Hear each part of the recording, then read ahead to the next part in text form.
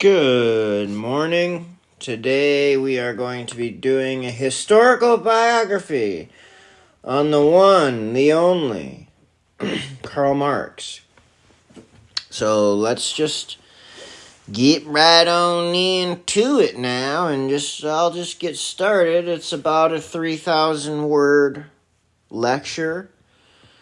Yeah, and I hope you enjoy it. It is a unbiased biography of Mr. Karl Marx, followed by a brief philosophical reflection that is not unbiased. So just be prepared for that. Karl Marx is one of the most influential thinkers of the last couple centuries, and this paper will attempt to analyze his upbringing and education, showing what led to his eventual creation of the doctrines of communism and how that decision led to the death of 100 million souls in the 20th century.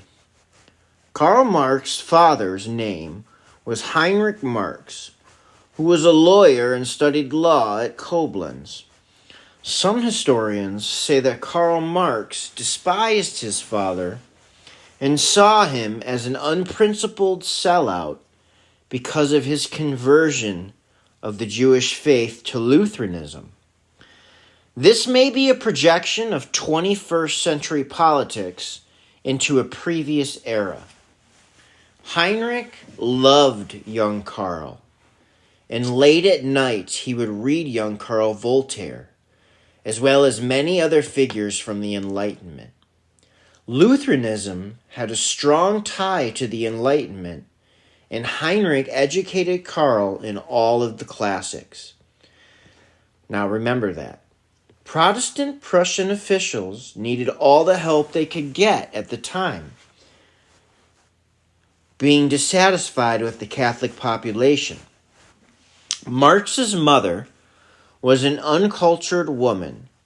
She was a Dutch stay-at-home spouse through and through and cared nothing more than her family.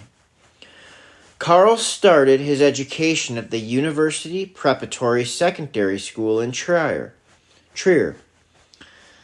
This school had a heavy emphasis on the classics, primarily Latin, Greek, and French. Generations of German youth complained about the terrible conditions of the laboratories and the facilities. It was atrociously bad. Karl's graduating class was small, mostly Catholics who were training to become priests. Now, young Karl despised his Catholic students. He thought they were dull-witted and stupid. He was not a fan of his Catholic schoolmates. Most of the other boys that went to the school, you were either trying to become a lawyer or you were trying to become a priest. So all the boys that went to this school with young Karl Marx either wanted to be lawyers or they wanted to be priests. And his father wanted him to become a lawyer. In secondary school, Karl authored an essay titled "The Union of the Faithful with Christ," according to John 15, 1 through 14. Originally, Marx's Christianity was an Enlightenment form of Christianity. And after graduating high school, Marx began his university studies in 1835, in October. He had just missed Halley's Comet passing when this happened. Between 1820 and 1840, lawyer graduates in Prussia without jobs tripled. Karl Marx's law studies required financial support from his family, and he did poorly his first year of college from excessive partying, getting into too many fights. This had his father was beside himself because of this, and he ended up having Karl transfer before the start of his sophomore year. He had even gotten into an old German saber fight before his transfer. Now, what are saber fights? Let's just side note here. Saber fights in old German high culture in college, if you had an argument, whether it be an intellectual argument or a political argument or over a female, sometimes in Germany in college they would have saber fights with swords, and I forgot exactly, fencing. Same thing as fencing. It's pretty much like fencing. And Karl would do this sometimes. He was known for being kind of violent his first couple years of school. Keep that in mind. Okay, where were we? His focus became literary after his transfer to Berlin. No longer interested in a legal career, he fell under the spell of the writings of Hegel. Hegel criticized and expanded on the idea of Kant. Both thinkers were different in terms of temperament. Kant was impressed with Enlightenment epistemology, understanding valid intellectual knowledge, while on the other hand, Hegel agreed with the limits of empiricism. But it did not go far enough. Hegel's perception shaped the object of perception. In Hegel's mind, the object of perception would interact with itself to undermine the shape and frame of the subject's perception. Hegel believed that the subject would eventually come to recognize the object of his perception, which was formerly alien, in fact, is a product of itself. While a student, Marx was reckless with his family's finances and his inheritance. At one point, he spent 950 dollars in a year, which back then was outrageous, even for the outlandishly wealthy. When Marx's father died, widows in that time were not allowed to oversee the inheritance. So a lawyer was assigned to mitigate between Marx and his mother. Marx did not care about, and this is documented, Marx did not care about his mother's feelings or welfare. He desired his inheritance above all things and kept demanding loans from her repeatedly. His mother went on to say these words, "You will never make the moral sacrifice for my family as we have all made for you. You can never replace what we have all tolerated and suffered for you." That's powerful. For his doctoral dissertation, Marx applied Hegelian dialectical to ancient Greek thought by philosophy and materialism. Edward Gaines was a professor of Marx, and he had converted from Judaism to Protestantism. And unlike most European intellectuals, Gaines had good personal relationships, friendships with Alex de Tocqueville, known for his analysis of democracy in North America. Marx industrially attended Gaines' lectures, and Gaines made many impressions on Marx which lasted and were implemented into the Communist Manifesto. Gaines died suddenly at 42, and if he had not passed, Marx's life would have taken a much different turn. Marx was highly influenced by a young intellectual group known as the Young Hegelians. They combined honest speculation with rowdy and racy lifestyle. This was attractive to Marx. The Young Hegelians would reminisce about the French Revolution, always thinking towards the future. The radicalization of the Young Hegelians would apply the message and conclusions of his philosophy to every Wissenschaft. Hegelian Protestant theology was a type of religious orthodoxy, and the Young Hegelians leaned in towards the rebellious potential of Hegelian theology by creating radical ideas that developed among German Protestants since the 18th century. The young Hegelians were hypercritical of theology and religion. Its first major opponent was Christianity. David Fredrick Strauss was an academic who wrote The Life of Jesus Theologically Examined. He claimed that the Gospels were not a literal interpretation, but based on myth and legend. These theories were developed further by University of Berlin lecturer in theology Bruno Bauer. The myth was overlooking the importance of religious self-consciousness. From 1830 to 1840, the young Hegelians questioned everything. From theology to politics, they turned and undermined faith altogether. Ludwig Feuerbach wrote The Essence of Christianity and was Marx's biggest influence as a young Hegelian. He wrote a thesis on Feuerbach. He was highly radicalized also by Bruno Bauer, who was highly unlikable and negative. Marx was very much influenced by Bauer's teaching. Marx's doctorate was technically received from what could be considered a diploma mill at the University of Jena. It was the only German university that required 0 residency period nor a formal defense of the dissertation. Its fees for granting diplomas were the lowest, and historians discredit his doctorate.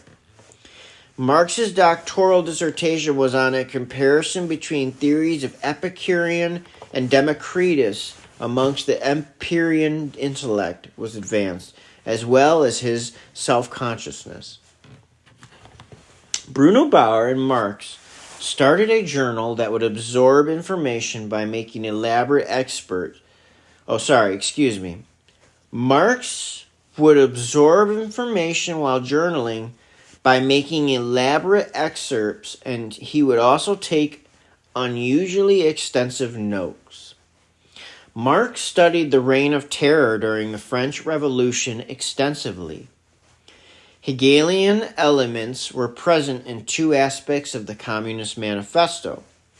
He used discussions that were scarce in nature in Hegelian reasoning to evade self-analyzing theoretical problems. How could he and Engel, both middle class, both be communists? He justified it by giving an example of French nobles who joined the French Revolution's side.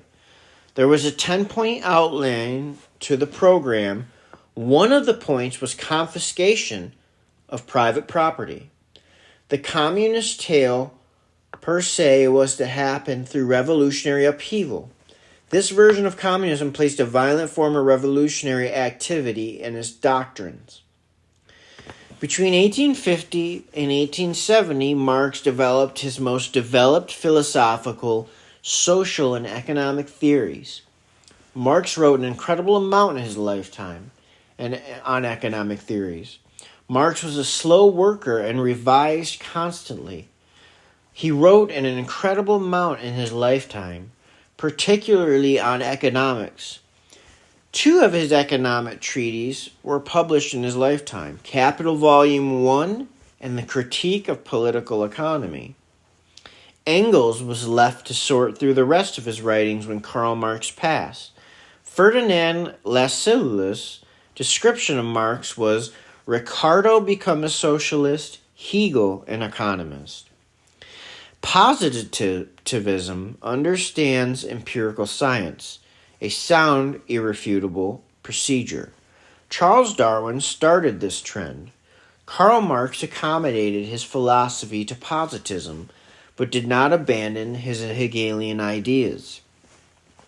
Darwin's Origin of Species converted Marx into a naturalist, but he was still critical about many things in Darwinism. Marx articulated on the historical stage of man and critique of political economy. Marx described history as progressive epochs.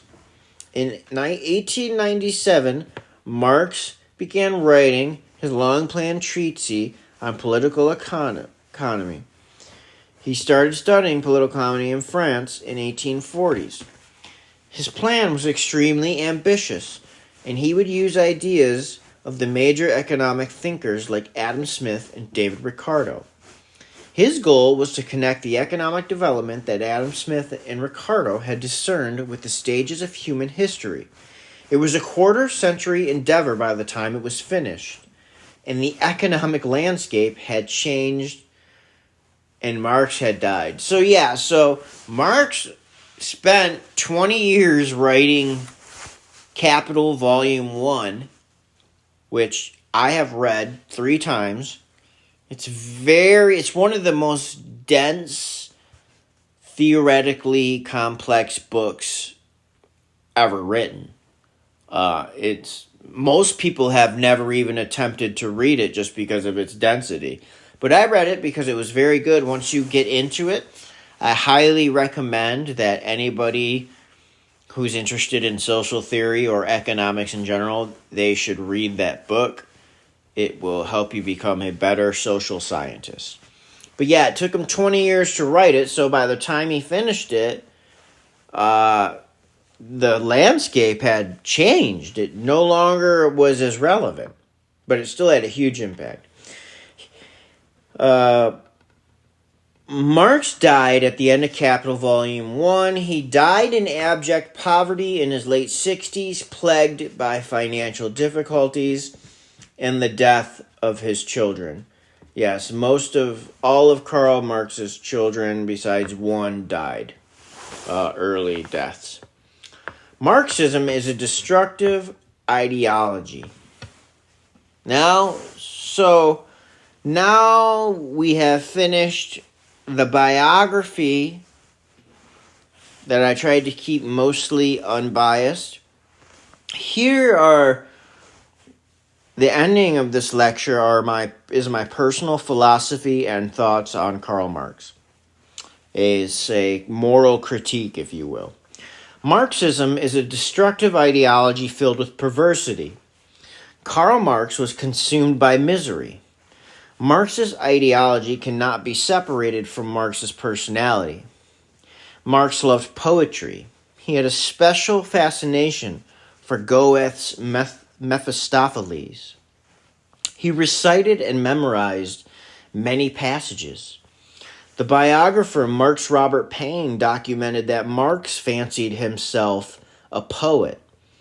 It was his first passion, and poetry was said to be the love of his life. He wrote 2 plays in his college years. One was titled The Player and was good enough to be published. He was 20 years old at the time, 7 years from writing the Communist Manifesto. The Player was about a cursed violinist seducing his bride in a macabre design.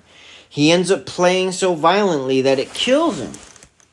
I must play darkly. I must play lightly until my heart and violin burst, he says in the play. The second play he wrote was titled Nocturnal Love, and it is about suicide pact with lovers. Now, we cannot talk about Karl Marx without speaking a little bit of Fredrick Engels, so I'm going to do a very quick biography of Fredrick Engels as well, because we can't do justice without one without the other. Fredrick Engels was born November 1820 in Bremen, Germany. His family was well-off manufacturers and devoutly Orthodox. He worked for his father but hated it, and he grew up with a strong faith in Christ but was impressionable at a young age. He had a crisis of faith in Brennan. A young Hegelian named Moses Hess heavily influenced Engels' atheistic turn. He said this about the first time he met Karl Marx in a letter. With clenched and threatening fists, he rages without rest, as though 10,000 devils had seized him by the hair. That was the first thing Fredrick Engels ever wrote about his impression of Karl Marx. I'm going to repeat that. With clenched and threatening fists, he rages without rest, as though 10,000 devils had seized him by the hair. Karl Marx convinced Engels of atheism, and he abandoned his Christian heritage and beliefs. His major work in his lifetime was titled The Origin of the Family, Private Property, and the State. Now, this was about the sufferings of the industrial class at the time, and it was actually a very powerful piece of literature, and I think it's important for anyone to read. Together, him and Marx desired for the abolition of the family. I'll say that again. Together, him and Marx desired for the abolition of the family. Marx himself said communism begins where atheism begins. We now need to talk a little bit about the following effects of Karl Marx's ideology had on the following and ensuing century. How did his philosophy fare when applied to real life? Is communism an effective doctrine? The Bolsheviks took the saying of communism beginning with atheism to extremes in Russia. We must fight religion to the death, said the leading lieutenant of Lenin and Stalin. With the tip of a bayonet, take down religion. Religion and communism are theoretically incompatible. Communism destroys freedom of worship. Vladimir Lenin was given a religious statue in Russia. The writings of Marxist-Leninism became an authorized scripture like the Bible. Communism in Russia, expert was the Kremlin. Soviet concept of power requires leadership remains theoretically the sole repository of truth. Lenin affirmed Marxist sentiments on communism, starting with atheism. The instability and natural part of Marxism of the theoretical practices of scientific socialism. Lenin thought socialism was incompatible with religious belief. Lenin in 1905 wrote in a letter, "We demand complete de-establishment of the church so as to combat religious fog." Wow. In May 1907, Lenin said the following in this letter: "The philosophical basis of Marxism, as Marx and Engels repeatedly declared, is a dialectical materialism, a materialism which is absolutely atheist and positively hostile to all religions." In 1903, Lenin said all religion is a necrophilia. Bolsheviks had the propaganda mill, the militant godless tasked with dissemination of anti-religious propaganda. When the Bolsheviks seized power, all-out war was assumed on religion and Orthodox faith in the spring of 1918. They openly had a reign of terror in the Yekaterinburg diocese. 7 clergymen were axed to death. All land and church property was confiscated by the state. No one under 18 could practice faith. Churches were turned into communist clubs. Of the 650 in Russia, only 150 remain. Of the 650 churches that were in Russia after that, only 150 remain to this day. Orthodox patriarchs and leaders were put on trial and then shot. The executions of the Bolsheviks came out to 250,000 and 10 million during the Civil War, 200,000 during the Red Terror, and the famine of 1922 killed 5 million people. The famine was caused by the Civil War. After Lenin's early demise, Stalin took control and the communistic ideology got even more intense. His death numbers are as follow. 1 million dead during the Great Purge. Forced collectivization killed 7 million people. Mass deportation killed 1.5 million people. And 20 million people were killed in the Gulag Archipelago prison system.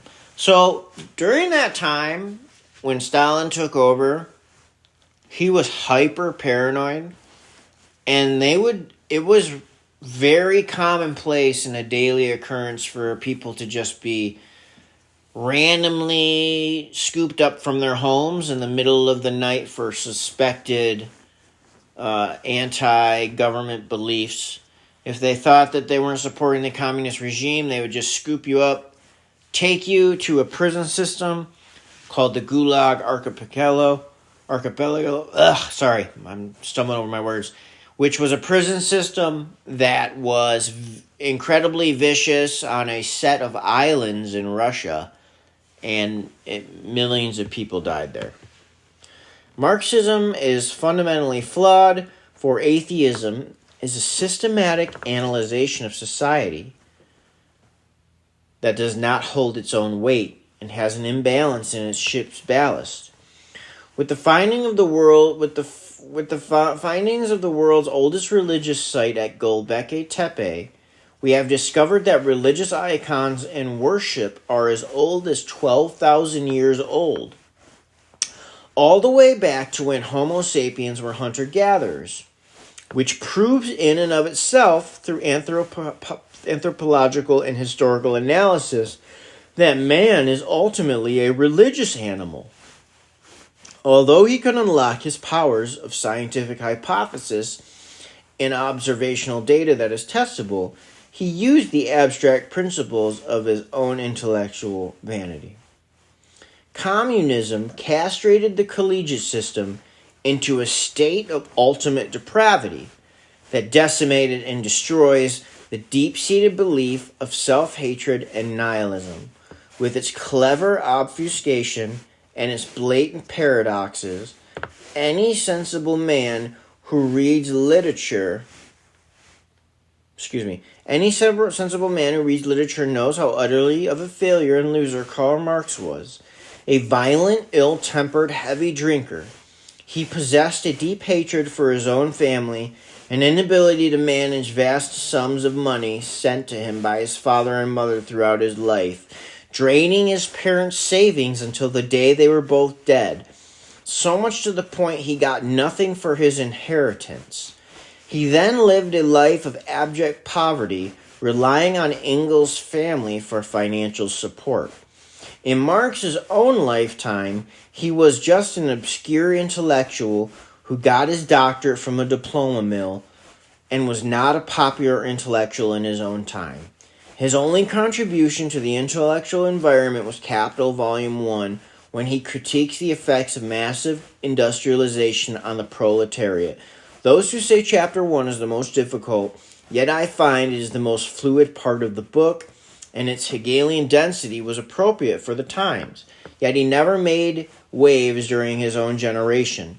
I sometimes wonder why Engels had such a fascination with the man and beckoned to his every call. What do we know? What we do know is Engels practically worshipped the man's intellect, cleaning up and tidying up his work after he passed, even claiming that the housekeeper Marx had gotten pregnant was his child, taking responsibility for the sexually obsessed with financial gain. Marx was continually obsessed with financial gain, yet refused to work and provide for his own family. He thought his intellectual work was more important than feeding his starving children and wife, and making sure they had adequate living conditions. Yeah, the Marx family lived in notoriously horrible living conditions. Like, there was a police report done once at their house that said, don't even try to sit in the chairs because the chairs will just collapse on you if you try to sit in them. His son, Edgar, actually died due to foul living conditions and tuberculosis at the age of 8 years old, something that totally could have been prevented. He died in Karl Marx's arms. God rest his soul. I cannot imagine the awful stench that emanated from Karl Marx physically, as he never bathed and was covered in carbuncles and infectious boils. And to think that this is the hero of the Communist Party, the man who suggested we split up all family and raise children in state-run institutions. He once said the destruction of the Holy Family is the beginning of the true family. He is an inverter of values, a jealous, bitter soul who was too lazy to take care of himself or his family or his financial responsibilities, constantly expecting other people to take care of him, never expressing gratitude but always with a sense of entitlement. He created an entire synthesis of envy and greed for other people's things.